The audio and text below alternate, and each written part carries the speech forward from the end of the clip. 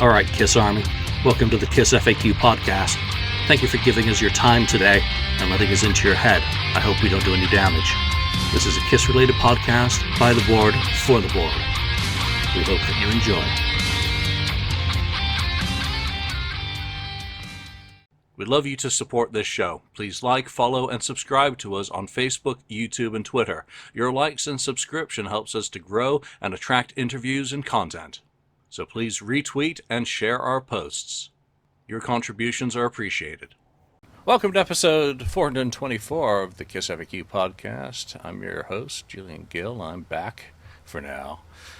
This week, we've got Daniel Weeze, 69th Blizzard Ken. Hello. Marcus Almighty Mark. Weeze.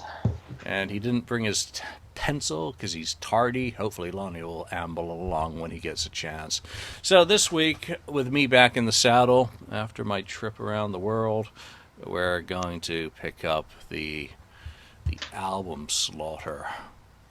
Continue with the albums that we picked in the last episode of that, which was, of course, Rock and Roll Over versus Dressed to Thrill.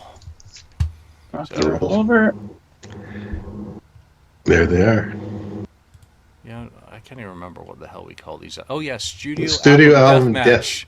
Deathmatch number 4. It's been so long since I've done an episode of these chaps that I've forgotten how to host. So there we go. Anyone got any comments that you want to read out from the last episode before we jump into this? You know, because I have enjoyed watching the episodes that you guys have done on your own, and when you do go through them, it's actually entertaining, Daniel. We had a few comments, but it mostly consisted of their own lists. But we got a few, like this one, Silver Rocks. He wrote, "I just love making lists, so I loved this episode. Funny how Mark keeps saying interesting, just like Paul always does." Just kidding. You're doing well hosting the show, and I love the comments of Daniel. Just spray the record gold, and you have your gold record. I love it. I think that was a funny comment. Shad Kaufman, Daniel, you're not alone with Fits Like a Glove. I love that song. It rocks for 80s Kiss. It's so heavy, especially on the Animalize concert video. It's the perfect Gene song personality-wise. That's exactly who he was in the 80s. If you were going to do it where you had to pick a Gene song from the 80s era, I feel like I gotta pick that one along with War Machine. Then Bjorn Brenne wrote, "My favorite song is Sometimes Strange Ways, Other Days It's Charisma." And none of those songs made our top 21, so that says it all. It was so on my many. top 21. Charisma, at least. Yeah. Christopher Powell, his favorite song was A Million to One. I think one of you had A Million to One on your list. I think it wasn't one of the lists, but it didn't make the final cut. And finally, Wolf of Nature, he often comments on our episodes. War Machine wouldn't even make my top 100. So that just shows you the variety of Kiss fans and how different we think about the songs. Yes. Yeah, you forgot Charles Bronson's whose favorite song was "Read My Body." You know, Charles. You know, it's okay to like that song. We understand if that's how you swing. So I think Charles Bronson has a death wish. No, I did see one other comment that I would like to mention, because Fred Escher. Why haven't they re-released the originals? That actually seems like a duh. No brainer. With all of these things that they are re-releasing, it would be same with originals too, and maybe even coming up with an originals 3. You know, so sure. And Psycho Circus, Sonic Boom, and Monster as the unoriginals. There we go. All right, let's get into our studio album Deathmatch and Rock and Roll Over versus Dressed to Kill. We know this one's going to be ugly, because how this silly little game that we're playing works is that we put all of the songs of one album in one cup. We've got Rock and Roll Over for green. I deliberately did it backwards for the OCD people, just to annoy you. And then in the red cup, we've got Dressed to Kill. All the songs. Fortunately for this episode, there are 10 songs versus 10 songs. So what we do is we pick one song out of each cup, and we simply decide which one we'd like better, and everyone tells us that we're wrong. The winner moves on into the Ank of Unknown to go into a future round where we'll go through all of those. So why don't we get started with your thoughts on both of these albums, Daniel? Dressed to Kill and Rock and Roll Over, or Dressed to Kill versus Rock and Roll Over, however you want to spin it. I think probably my two favorite studio albums from the 70s. I always liked the pop feeling of Dressed to Kill, and it was one of my first albums. I'm holding a copy here that I picked up at a flea market back in the mid-'80s, and I like this one. Rock and Roll Over, on the other hand, bit harder record, bit rockier, and equally as good. So it would sure be hard to pick favorites. I've tried to rank the songs, but I have a lot of songs like 5 out of 5, 5 out of 5, 5. So I don't know how it will go. No, that's the fun of this, because we don't know which songs are going to go up against one another. And hope on both of these albums, there are some pretty strong songs and a couple of obvious kind of clankers, at least to my taste. Mark, Rock and Roll Over and Dressed to Kill. Well, Rock and Roll Over is my favorite Kiss album, period, like from the whole discography. So for me, I think it's going to be kind of one-sided overall, but you never know with this kind of a game that we do here. But Dressed to Kill is one of those albums that when I first started getting back into Kiss, I was, it was okay record, but now it's really grown in, stature for me. I really, really like that record. I think, Neil Bogart did a great job, manning the ship on that one. I mean, it definitely sounds the best out of the first three, like hands down. The sonics of it is much better than the first two albums. And I think the songs are really catchy. So it's gonna be tough. If you were to put Dressed to Kill against other records, I think they might fare better. But I have a feeling that Rock and Roll Over is gonna be a bit of a landslide. But you never know, right? But to me, it seems like an unfair competition. All right, Voice of Reason. What's your take on the two albums? Yeah, these are. I mean, you can't go wrong with classic Kiss of the 70s. I mean, they're all good in their own way. I like them all, really. But yeah, these are two, well-matched albums, I think. One's produced, I think, a little bit more, raw, gritty production, and versus, the clean type of pop sound almost on Dressed to Kill. So they're both good. They have a lot of great songs on each one. Yes, I do prefer one over the other, but we'll see how the songs come out. Yeah, and I'm the same. Rock and Roll Over is my favorite Kiss album, studio album, period, even above Asylum. And, I've always seen Dressed to Kill as more of a power pop album where Neil came in and set the faders and then went off and got stoned, because that's apparently his only contribution to the production of that album was, making it sound like the bubblegum sound that he was well known for producing, and the band did the rest. But it's got some really catchy songs, and, there are those power pop elements that come in to some of the songs. So we'll see how these head off or face off against one another. Let's get straight into it with the first two picks. First song is Ladies in Waiting. So not what I would consider a contender against Hard Luck Woman. Ken, let's start with you on Ladies in Waiting versus Hard Luck Woman. And to start with me. Okay. Ladies in Waiting, Hard Luck. Yeah, I'm going to go with Hard Luck Woman. Just because I think it's a better complete song.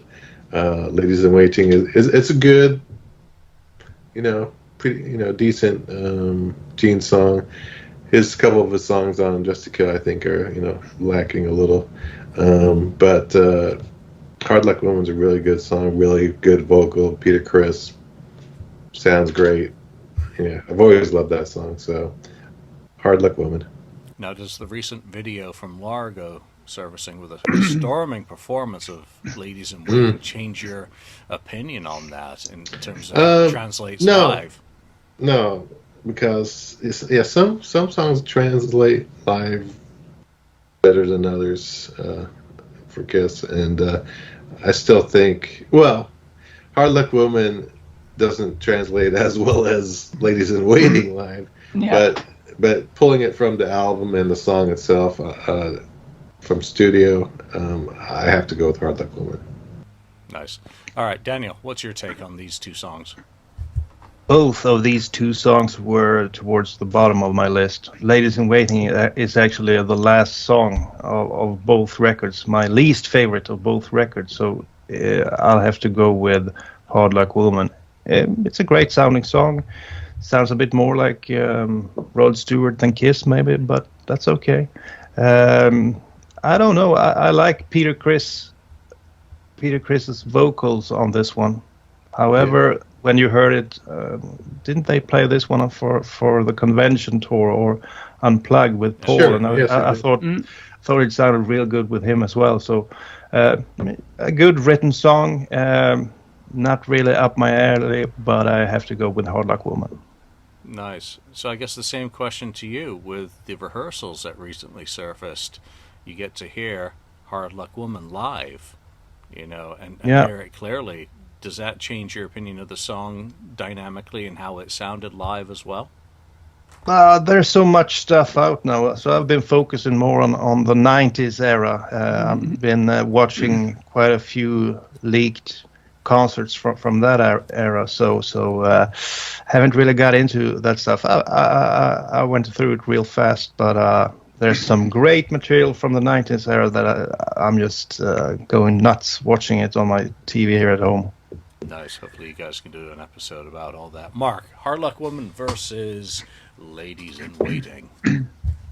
Well, Ladies in Waiting, I remember when I first got my VHS copies of the Cobo Hall shows from the Alive tour, and noticed that, because I watched Nite 2 the first couple of times, and then I got to Nite 1 and realized, hey, wait a minute, what's this Ladies in Waiting? That they didn't play Parasite. It was those were flip-flopped, right? So I was really kind of like, thought that was interesting, their performance of that. But when they played it on the Largo, I was like, wow, this is really much better performance of it, I thought, than the Cobo Hall one. I thought that they had much more energy to it. Gene was more in character, I thought, on that version of it. But, lyrically, it's a bit cheesy. I mean, what Gene song isn't? But, I think overall, I like Hard Luck Woman better. I like the whole vibe of it. I like the 12-string acoustic guitars, how they used it. I liked how Eddie Kramer, recorded that, and the texture of it on the song. I think Peter Criss's voice is really good on that. I think overall it is a better written song. It was meant for Rod Stewart, so I guess if you're going to give Rod a song, it can't be garbage. It has to be at least something that you thought was decent, right? So I think overall it is a better song. So I would go with Hard Luck Woman. All right, so that makes Lonnie, in my opinion, irrelevant. So, what is your opinion? Oh, Hard Luck Woman by a mile. Oh. It's a really well crafted song, and that really, really, really must have hurt Paul Stanley to give it up to Peter Criss to sing. So, but it's Peter Criss singing. Of course, I'm going to go with it. All right, let's move on into the next one. Next song matchup is Getaway, which is pure pop bliss. I mean, talk about a real toe tapper there. Versus, okay, this one should be pretty straightforward. See You in Your Dreams. Mark, I'm going to start with you on that. Interesting. Because on Rock and Roll Over, I think if there is a weak song on this album, or a song that I don't like as much as the other ones, I think this is one of the ones. I've always thought that Gene's solo album version is a little bit, not better, but I don't know, there's something about the production of that I like a bit better. on the solo album, but it's still good. It still fits the record.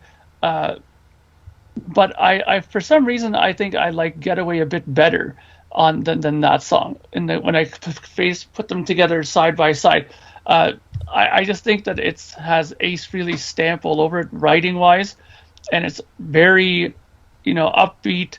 It has some good Ace playing, and again, I like the sound of Dress to Kill. I think that album sounds really good. I think this time around I'm going to have to go with Getaway. Fair enough. Daniel, how about you? Getaway by a mile. Seeing Your Dreams was my second to last song from the two albums. I never thought it was at the same of the same quality as the rest of the songs on the album, just as Mark said.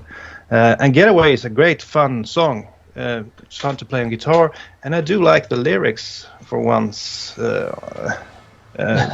At times, Mark mentioned Kiss write cheesy lyrics, of course, but this one reminds me of some of the real early stuff, like Black Diamond or one of the songs from the first album when they sound kind of street, Cold Gin or something like that. It could have fit on the first album, really, this one. So I've always liked Getaway. I think it's a great Ace Frehley song. Excellent. Ken. Yeah, I'm like Mark. I think the Gene solo album version is better than the one on Rock and Roll Over, and that may be because I'm starting to think now that I didn't get Rock and Roll Over until right after the solo albums. That I picked it up. I got Live 2 and then double platinum, and then I started getting like Love Gun and some other things, and maybe Destroyer and whatnot. And I think I got accustomed to the Gene Simmons solo version more. So I like the way that one. So I thought, when I heard it on Rock and Roll Over, I thought, this is the same song. It's not, to me, it wasn't as good as as the solo one. So anyway, I'm gonna go with Getaway because I think it's a great song, great vocal by Peter. Right, which makes my and Lonnie's vote irrelevant again. I'm going with Getaway as well. These I consider these two, some of the weaker songs on each album. So it's actually a pretty decent matchup to put two weak songs against each other. See You in Your Dreams doesn't sound like a great song to me on either album, whereas Getaway is a toe tapper. It's upbeat, it's poppy, and while I think it's a little underfleshed, it's still a damn sight better than See You in Your Dreams. All right.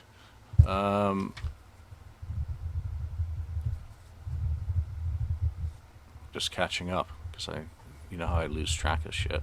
All right, so next matchup is Rock and Roll All Night. Oh boy. Versus Calling Dr. Love. Oh. Either of these getting eliminated in the first round is brutal because you gotta believe they're contenders to go deep if they're on their own. Daniel, you get to go first on this. Yeah, Rock and Roll All Night is, of course, an all-time classic, as well as Calling Dr. Love. Seeing Rock and Roll All Night live this year with Kiss was just bliss. It was perfect, the perfect end to a Kiss concert, and it always worked so well live. But this has been said so many times. But the studio version is not at the same level. Not at all. I've never liked the one on Dress to Kill. Calling Dr. Love, on the other hand, works well on Rock and Roll Over. So I actually have to go with Calling Dr. Love. Ooh. All right. Mark. Yeah. For me, honestly, I think I'm going to do the same thing, because for me, I have always thought that Calling Dr. Love was one of the more stronger songs in the whole catalog. I always thought that it was a song that's good not only live but on album, just as Daniel said. I mean, a lot of the times with these Kiss songs, we love these songs in a live context, but when we hear them in the studio versions, we're kind of like, it's not so good, or maybe it sounds weaker, or it doesn't sound as ballsy. But Calling Dr. Love, I don't think you can say it with that one. I mean, that one has such a great grindy, in-your-face sound and production. The drums are all nasty and kind of overloaded a little bit on tape and stuff. So it sounds really good, and it is totally perfect lyrically for Gene's character. And while Rock and Roll Night is considered the rock and roll national anthem, but still, I think overall, I'm kind of just, it's been overplayed to death, at least for me, for sure. If I don't hear it again, it wouldn't matter to me. I know I'm going to have tomatoes thrown at me for saying that, but Calling Dr. Love, I can never get sick of that, and plus, the studio version of it is missing a very vital ingredient of the whole Kiss sound, is there's no guitar solo on that studio version. Rock and Roll Night, yeah. Yeah. So that's why I've always preferred even the later versions of it. I think when he did it like on the live and stuff like that, because he did a solo. I mean, not having Ace do a guitar solo on that just seems wrong in my opinion. But I think overall, when it just boils down to it, the better song, in my opinion, writing-wise, is Calling Dr. Love. There we are. Okay, Ken. Yeah, it's going to be Calling Dr. Love. I mean, that's one of my first favorite songs from Kiss. It still is one of my top songs. What's funny is last week we had that 21 your best kid. Rock and Roll All Night didn't even make the list, right? No. Right, but Calling Dr. Love did. Yeah. So it kind of tells you something right there. That's, again, one of my favorite Kiss songs from the beginning. So it's going to win. I think we've been doing this too many years now. Everyone thinks the same. Hold that thought. Brainwashed. Okay. Brainwashed by each other. Yeah, I can't vote for anything other than Rock and Roll All Night. It is the Kiss national anthem. I love Calling Dr. Love more as a song than I do Rock and Roll All Night. But Rock and Roll All Night is going to be the last song that the band ever plays live together in any of its formats. It is the song that made them. It is the song that has been performed at just about every single show since. So, Calling Dr. Love is fantastic. Okay, but go there. It's the studio album version. It's not the live version. It's not from a live. It doesn't matter. It's the single. It was the first single to show any pulse. It had a little pulse. Come on, it's happy. It's. I love the song. I think it's a great song. I just can't get over. I can't. Magic. I can't not. It doesn't matter. Calling Dr. Love wins. I'm just being contrarian. I know. I'm just. So Rock and Roll All Night out in the first round. Ooh. Rock and Roll Night is kind of a. That's just wrong. What would you call a? Yeah, it sounds wrong. A kind of a lucky kind of weird thing that happened where they jammed those two songs together. It's pretty amazing. Really, it's really amazing. Yeah, built a 45-year. Let's move on quickly before. All right, Come On and Love Me versus. Oh God, Mr. Speed. Oh Christ. This is another brutal round, and I'm going to go first. Okay. Come on and Love Me by a mile. Again, it's all the pop perfection that Paul Stanley brings to the table, encompassed in one song here. Mr. Speed, in comparison, is a shallow analog of what he was doing so much better a couple of years earlier. And when you think of how quickly they came up with the songs for Dressed to Kill, Come On and Love Me. any day of the week. First single from that album, it's a no-brainer. You couldn't even get them to do Mr. Speed. People were begging them for years to play that live. Well, it wasn't even a single. It wasn't an A-side. All right, Ken? Yeah, I'll have to go with you. Come on and love me. It's still a better, catchier song. Mr. Speed is a deep cut. That's a really good deep cut. But Come On and Love Me is better. Yeah, pop perfection kind of written song. So there you go. There we go. Daniel?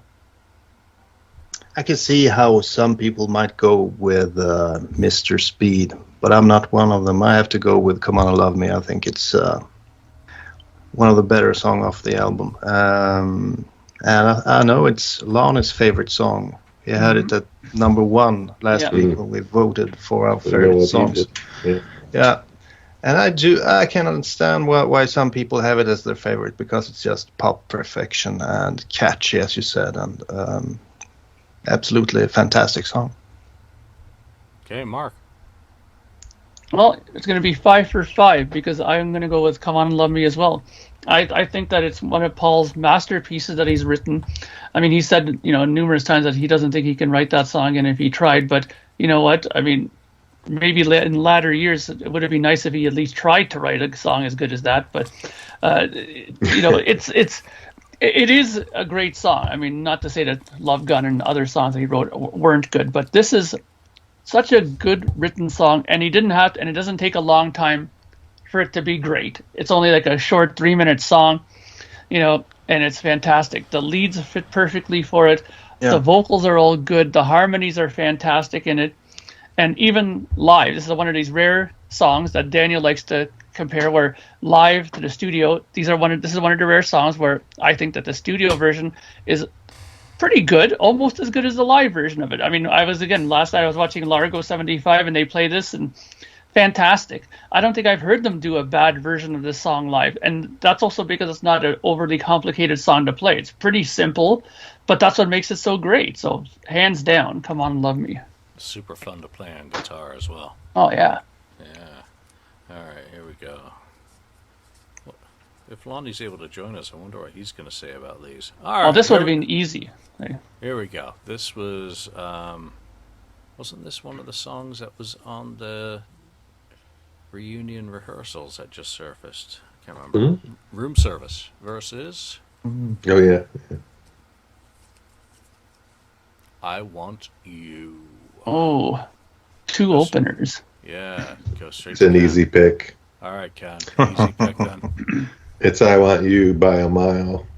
Room Service, I think, is probably one of the openers that, are not as good as a lot of the other openers. So I think Room Service is, it gets off to a good start, but I think it's just kind of too frantic in the vocal style, and it's not as well written as I Want You is just a great song, great produced, well written, in your face after the lead in acoustic stuff. So yeah, one of my favorite songs. All right, Mark, agree, disagree? Well, the funny thing is, if this song, Room Service, for example, if Room Service was put against any other song on Rock and Roll Over, I think I probably would have had a little bit more to think about. But I Want You is just such an epic song. I mean, it's so well written. Again, another great example of 12-string guitar put in, and that kind of haunting, in-your-face, really compressed Paul vocal, in the morning. Like, he's so in your ear on headphones when he sings that. I mean, it's fantastic. And again, Eddie Kramer's production on that album is so good. It suits it so perfectly well. I've always loved Room Service. It has a soft spot in my heart, that song. I've always thought it was a cool song. And, very, we're super hip with the ladies kind of lyrics there, too. They're always picking up all the ladies there for some Room Service. But, I think the overall, it's such a strong song. I mean, one of my strongest memories of this song is when I saw them do it for the Live 3 there, and they had that disco ball going, and Bruce and Paul are just doing that double guitar thing at the beginning of it. It's just such a strong piece of music. I mean, I think that you couldn't possibly kick I Want You out, I think. I mean, that to me would be almost more blasphemy than Rock and Roll All Night. So I'm going with I Want You. Yep. Same with me. I Want You is just, and you used the word already, Mark, epic. It is a fabulous song, really, really good live. And Room Service, in comparison, it lacks the kind of fun and sleazy innuendo that a lot of artists were able to put into their songs. It's almost trite and too rushed in some ways. It's a really fun song. It's it's a very upbeat, happy clappy. It sounds great live, but against I Want You, not a chance. Daniel. Paul wrote, I think, 4 songs in the same vein, so to speak. Love Her All I Can is a stronger song than Room Service. Anything for My Baby, I think, is a stronger song than Come On Love Me. And then we have Room Service. All 4 are great, but against I Want You, it doesn't stand a chance. I think I Want You ended up quite high on our list last week when we rated our 21 favorite songs. I do think Ken had it like in number 2 or 3 or something really high, if I'm not remembering wrong. So I Want You through to the next round. All right. Well, here we go. This one is, again, kind of an interesting matchup. Two-timer, waiting for the groans, versus Baby Driver. Oh boy. Yeah, so now it gets rough because Timer against Driver. This is not an easy one as far as I'm concerned. Mark, take us away. Because you sat back, I could tell you're thinking. Well, yeah. Honestly, those songs right now, this explains it all. When you mentioned those 2 songs, I thought right away, oh yeah, Baby Driver. I'm like, I totally forgot that was even on that album. Like that's how like little I remember that song in the grand scheme of things. It's like, oh my god, I totally forgot about that one. And I don't know. I mean, they're both sort of, I'm going to say throwaways, although they're maybe just too harsh, saying of it, but they are, to me, the throwaways of the record for each record. Two-timer is just, I think it's almost like one of these things where, okay, guys, we had to finish this record. Anybody got something, Gene? I got something, and they just kind of just said, okay, good enough, and slapped it together and recorded it. It just kind of comes off to me as not overly thought out, overly, worked over. And Baby Driver, it's very simple. This is really difficult. I mean, out of the 2, I guess I would go with Baby Driver because I like their album better. I think the production of it is still good, and you know what? While I love Gene in this kind of character where he's kind of the ultimate ladies man kind of character, I still like Peter Criss's voice a lot on this song, so I'm gonna have to stick with Baby Driver. Yeah, same here. Peter Criss, Baby Driver, more developed song, and now we've heard the studio rehearsal of the rest of the band learning the song. It's much more developed than Two-Timer, which is just a trite throwaway. I mean, when Gene doesn't have something to write about, he comes up with something like Two-Timer, which is just complete trash as far as I'm concerned. Daniel? I don't think it's complete trash, but it's not one of his favorite. It's not one of his better songs on the album for sure. Baby Driver, I think I love the chorus in Baby Driver, and you mentioned it. I think it has a lot to do with Peter Criss's vocals. He belts this one out, and it's a real cool song to sing along to. Good chorus. while Two Timer just feels strange to sing along to. Never really got that one. But it's an okay song, but Baby Driver is far better. So Baby Driver for me as well. Okay, I forgot to write down your last one of I Want You versus Room Service. I Want You. Okay. I'm sorry. I faded Da-da-da-da-da. out. Ken. Yeah, I'm gonna go with Baby Driver also. That one's actually, I think the first time I heard it, I didn't care for it when at the beginning, but over the years, it's gotten a lot better. So that wins. Drink the green Kool-Aid, people. Drink the green Kool-Aid. You will be converted to Team Green. Sorry, it's a great vocal. I just love Yeah, It is. for sure. All Yeah. right, next matchup is going to be Take Me. Mm-hmm. Where are we taking me? We're taking me to Anything for My Baby versus Take Me.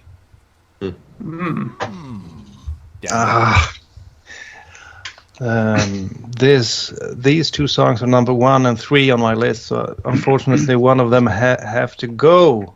One of them has to go. I really do love Anything for My Baby, but Take Me I love as well. And a lot has to do with they have never been overplayed. I mean, they've always been great songs, but for some reason the band has done them very sporadically. I remember Take Me being done 93 at that Foundations Forum concert. Sounded great. Anything for My Baby is pop perfection. But I do think the riff in Take Me, the da-da-da-da-da-da, that one puts Take Me over the top because I always like a good Kiss riff, and this is one of the better ones. So I'll go with Take Me. All right, I agree. Take Me. Because Anything for My Baby, to me, is the least of Paul's songs from Dress to Kill, whereas Take Me is a pure contender. And that's just the difference. They're both very, very good songs, but just like Daniel said, Take Me has the edge. Mark. Yeah, the funny thing with Anything for My Baby is that when I first heard that song, I was like, is this like, another attempt at like Rock and Roll Night has a sing kind of do drum beat at the beginning? I was like, oh, what's going on here? It almost kind of caught me by surprise that had a similar drum beat. And that sort of Anything for My, that kind of barbershop quartet thing that they always do together. It's a catchy song. It definitely fits the vibe of the album for sure,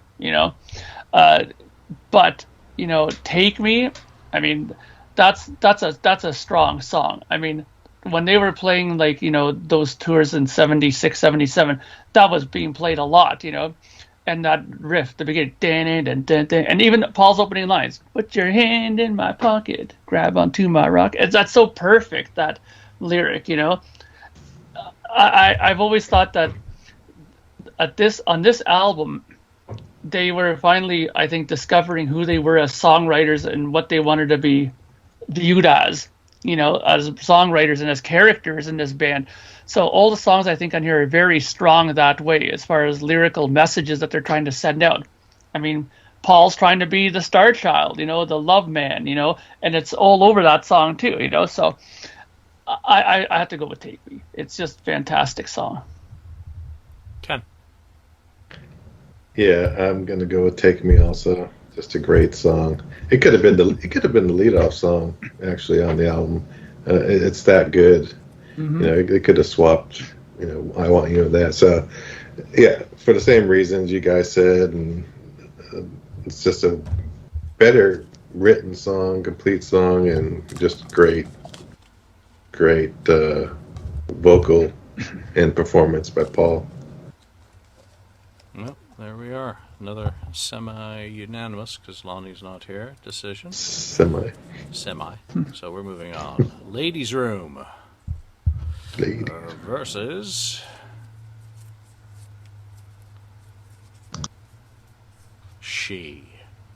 All right, I go first on this one. Ladies' Room.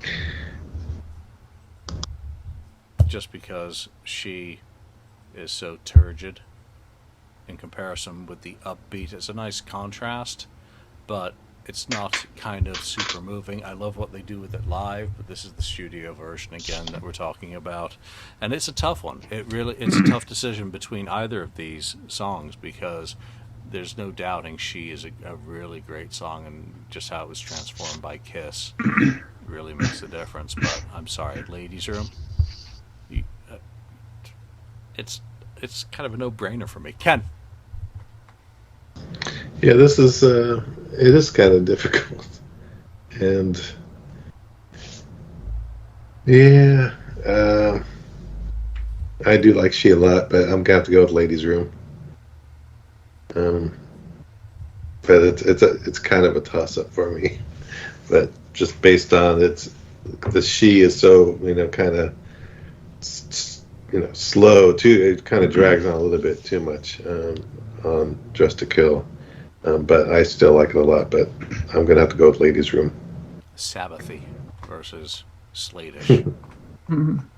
Daniel. Yeah. I'll go with She. It's not even close for me. I think Ladies Room is sort of a throwaway on Rock and Roll Over. One of the weaker songs. She, I always liked the guitar parts. They have quite a few different riffs in that one, and of course it developed through the years live to a fan favorite. It was done on a lot of lineups. For me, the Revenge era did an awesome version, which can be seen in the video if you listen to Tokyo from '95 or watch that video. You can see a great version, I think. So She is, and as you said, it's kind of slow, and it's in stark contrast to the other songs. But I do like to have some variety on the album, because, and it's a leftover from I guess that Wicked Lester sessions. I do miss. The only thing I miss is the flutes. Yeah, that would have put it over the top. I guess anything for my baby was that was a Wicked Lester song as well. Both are great. No, Love Her All I Can. Love Her All I Can, it was, yeah. Love Her All. All right, Mark. well, it's interesting because these songs are very high on my list for different reasons. I mean, I always loved the song in the live capacity. Whenever they were going to play this, I knew, okay, Ace's solo's coming up. He's going to have the smoking guitar and blah blah. So I used to love that song for it. And it's not a bad song. 3-part harmonies. They do it pretty good live. It does have a bit of a more heavier edge to it, but Ladies Room is such a classic Kiss song, in my opinion. I mean, it's everything about Kiss. It is in there. I mean, Kiss is about sex, drugs, and rock and roll. I mean, and it's that meet us in the ladies' room. I mean, come on, that right there is what Kiss was all about. Now, there's the one thing that I have to say. What made this difficult to choose is that the studio version of this song, I never liked it that much because the guitar, it's like, did somebody forget to turn the gain up on Paul's amp when that started? 'Cause it's like, dang, dang, dang, dang, dang. It's so thin sounding as a guitar. It doesn't have any balls to it on the record. But overall, I still think it's a better song, in my opinion. I know Daniel's going to be heartbroken for me saying this, but I do think that it's, when I think Kiss, that's one of those kind of songs that, I kind of think is like a trademark thing. Like, you tell somebody, like, there's a Kiss song called Ladies Room, they'll roll their eyes and say, yeah, I'm sure there is. Where if you tell them there's a song called She, they'll be like, what is that? What does that even mean? Like, they would right away be more identified, I think, to Ladies Room than a song like She. But overall, I think I like Ladies Room better. I'm kind of surprised by that, because I think She is such a guitar-driven song. I thought for sure you would like it. I do like it, but this is one of those songs where I definitely like it more live than I do on studio. Studio, it's a bit slow. It's not so. It doesn't have the same energy that it does live. That's true. Yeah, and here's an admission. One of the first Kiss songs I learned how to play on guitar, rhythm-wise anyway, is She. I've never bothered with Ladies Room. She is freaking fun on guitar. Oh yeah. Just, just completely fun. It's so fun to play. And here I am voting for Ladies Room. There you go. That's the absurdity of being a Kiss fan. You talk yourself out of anything. Lonnie seems to be here right. finally. Well, Lonnie, you're just in time for... We can't hear you, though. It'd be really nice to hear you. You're muted. He's just said fuck, so... Thankfully, it's muted, yeah. Well, we'll see if... Turn on the microphone. Life's like Turn a it up radio. louder. Turn it up to 10. Shout it, shout it. I love it loud. You can always Love use it like mute. cardboard and just hold Just up. gonna fuck with Lonnie for the rest of the show now? There he is. He comes rushing in to join us, and everyone starts harassing him because we can't hear him. Comes in and goes now, out. Look what. Now you made him leave. Nice job, guys. Oh, man. It's like, God damn it. Who's been Netflixing on my... All right, here we go. Meanwhile, he's throwing his computer against the wall. Yeah. All right, next matchup is Love Her All I Can versus Love 'Em and Leave 'Em. Love versus love. What was the first? What was the first song? Love Her All I Can Okay. or Love 'Em and Leave 'Em. I'm gonna go with Love Her All I Can. I think it's just another great song. Though I like Love 'Em and Leave 'Em, but and that's it. You think I'd pick the Gene song, but I'm gonna pick what I feel is the better song. Love Her All I Can. I just think it's really, really good. Well, there we are. Mark. Yeah, honestly, for me, this is a no-brainer for me. Love Her All I Can. I mean, this is one of those songs where the first time I heard it, I was like, wow, this has some really good energy to it. And I've always loved that guitar playing at that dan dan dan dan, and it comes in with that dan dan dan dan. It's so upbeat and driving. And as soon as they come with the harmonized vocals, that's when I was completely sold. I'm like, this is fantastic. Like, where were these songs earlier on in the record? This is like, the record is good, but more of that kind of stuff would have been fantastic. I really loved it. There was nothing in that song that I didn't like about it. And while Love 'Em Leave 'Em is a typical kind of Gene song, to me, it's just not as memorable. It starts off like dan dan dan dan dan, like so like primitive sounding compared to the other song. But it's very Gino. Love 'em, leave 'em. That whole kind of don't very cerebral sort of primitive sort of rhythm section parts in that. But I just don't think it compares to the upbeat, powerful sounding, harmonized vocal. Everything about that song I love. It's hands down for me. Love Her All I Can easily. All right, Daniel. Love Her All I Can, all the way. It's one of my top 20 songs for sure. And I like that version that Wicked Lester did. I like the vocals from Paul. Paul did some real cool, raw, young Paul Stanley vocals on that one. Really nice. If you haven't heard that, go listen to it. It's a real, kind of a good track already back in the day. So I guess Paul found this and kind of gave new life to it by adding some stuff. But that riff, it kind of reminds me of the riff in She, do da da da da da da da do do. And this is kind of similar. But this is more of an upbeat, a happy, go-lucky song, and I don't even think I would put "I Want You" over this one because I like it so much. Wow. Yeah. Maybe Take Me, but I'm not sure. Love Her All I Can. I hate Happy. I love Her All I Can. It's in my top 10 of Kiss songs. It's a song that I'm fully ready to perform live at any time, guitar-wise and well, Let's hear it. Let's hear it. Let's hear somewhat it. vocally. I was ready for the Kiss Cruise. I had 2 songs that I had totally worked up that I was just ready because I'm horrendous at remembering lyrics. But we did rip it out instead. So, Love Her All I Can. Yeah, I adore that song. It's a complete rip of the Nas in the beginning, but it is just so. Paul Stanley was learning a craft when he wrote that song, and it's clear.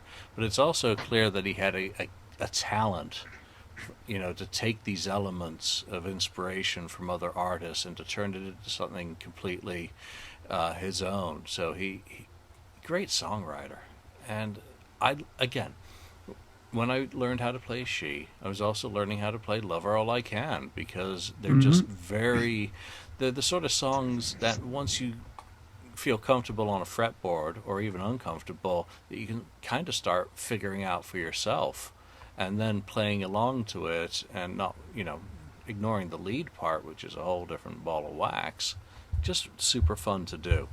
Well, we'll have to have Lonnie hopefully get back on the show so that he can break all these dreaded ties that we've got here, because this is just horrendous how we're just so we're in such conflict today. And again, it all comes down to the matchups, and that's the whole idea of doing an album killer in this way. All right, final matchup. Lonnie, you coming back? You got your mic? No? All right, Rock Bottom versus Makin' Love, which isn't as bad as I thought it might be. Mark? Well, I don't know. This is interesting because I think Rock Bottom has the interesting guitar introduction, that Ace concocted there, and that they tagged at the top of the song. I mean, really, the song, they're like 2 songs made into one, because I think that's almost, they should have almost named that as an instrumental piece, that introduction part, and it just started. They called it. Gene had once said it's called George. The name of that instrumental. George. Piece. That's what he said. Well, he also named his boot Alfalfa too. So, Well. Yeah. So, I wouldn't take anything too seriously from him.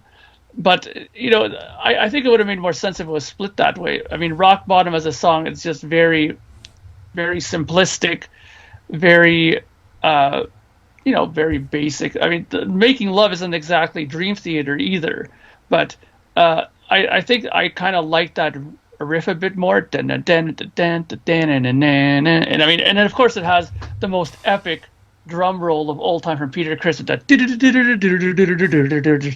end, it's like, wow, is he trying to be Neil Peart there or something? Like, it's unbelievable how he just finally he used every drum in his kit. I think that was the first time on record he did that. But it's I think it's more a song that I can say is a Kiss song. When I think of strong Kiss songs, Making Love is one of those ones that they played it a lot on tour as well. It was a concert staple, and I think on album, again, it sounds great on Rock and Roll Over. It had the right production, it had the right people behind the board doing that. So I'm going with Making Love. Okay, so you hate George. All right, everyone out there called George. Mark did not vote for you. Of course, Gene liked names because he called his belt buckle Alfred or something. He had a spider as his belt buckle that he spent most of 1975 showing to people. So there we go. All right, Daniel. Yeah, Making Love, as Mark said, one of the stronger Paul Stanley riffs on the album. I never really liked how it translated live when he sang the chorus live. He stopped like singing and started just screaming. Yeah. It did so. So and sometimes he just starts screaming, gibberish, just nothing at all, just screams. So I never liked that, but so that's one of the songs that I think is actually stronger on the studio album than on the live album. One of the few. Always loved the riff. Which was the other one? It was Rock Bottom. Rock Bottom. Yeah, Rock Bottom.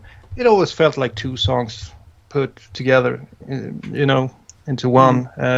Never really.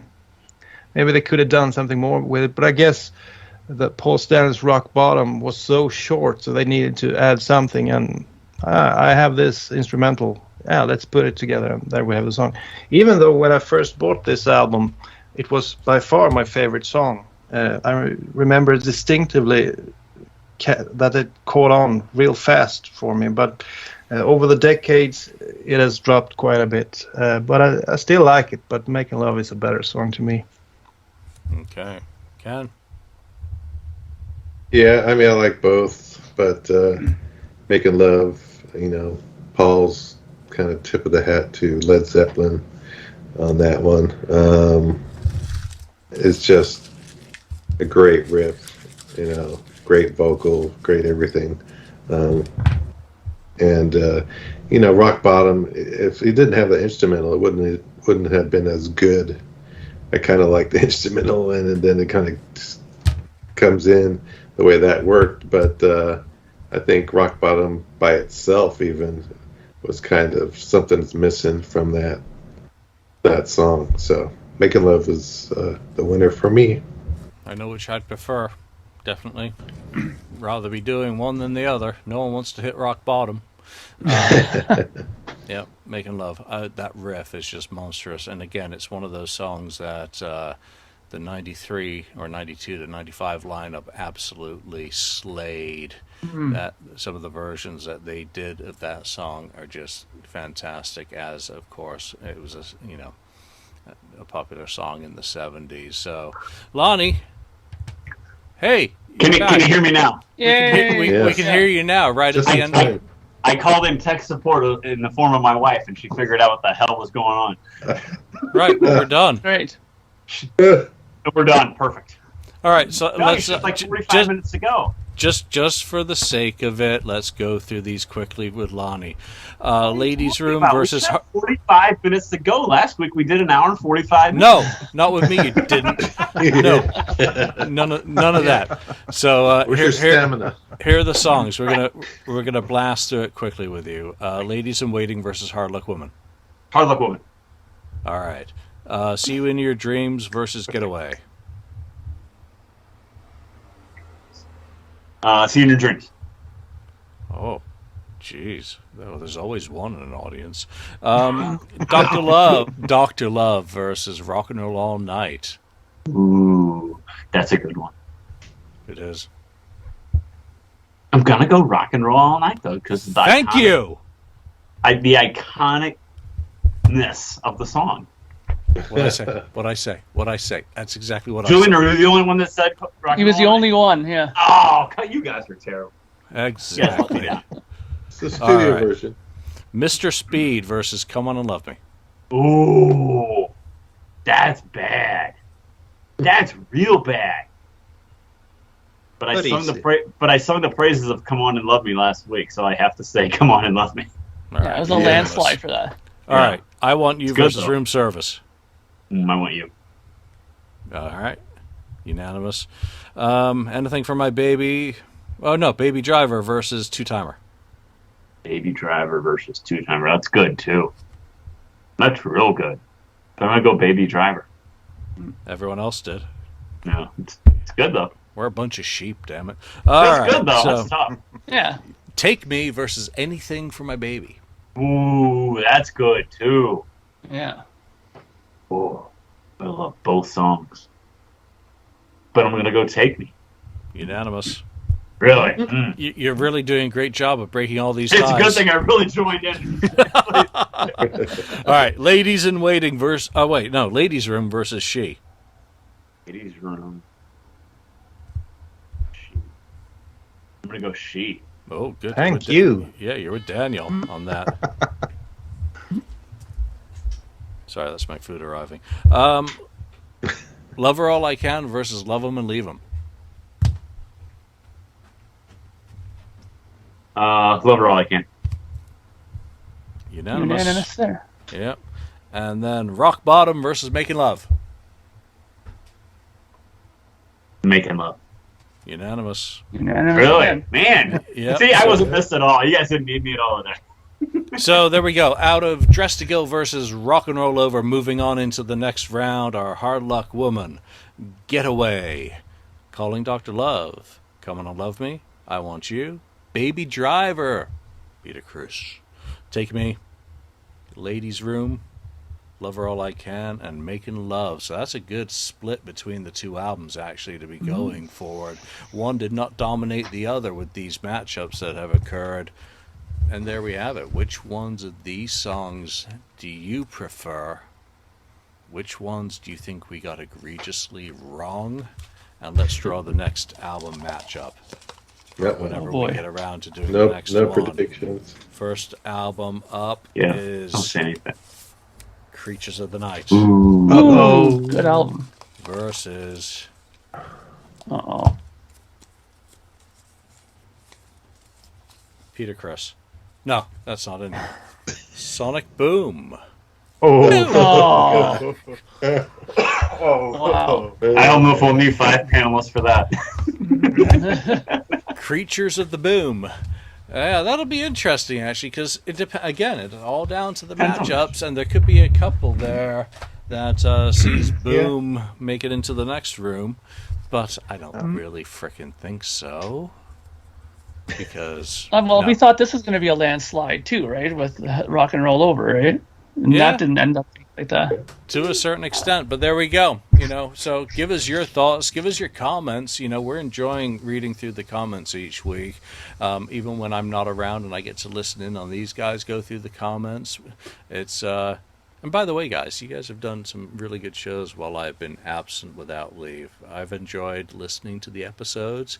I have not had my band hammer out going, oh, Jesus, I left them the keys to the fridge. No, you guys rock, so thank you very much. You're an entertaining bunch to listen to as well, so you got my vote of approval. And all of you out there, you have my vote of approval too. We appreciate you listening to us, and we shall see you next time. Peace out. Thank you for spending time listening to the KissFAQ podcast today. All sales are final, there are no refunds. If you'd like, look us up on Facebook or come over to the KissFAQ message board and discuss the topic we've broadcast today. Don't forget to rate us on iTunes, Spreaker, or wherever you've listened to the show. We hope you'll join us again.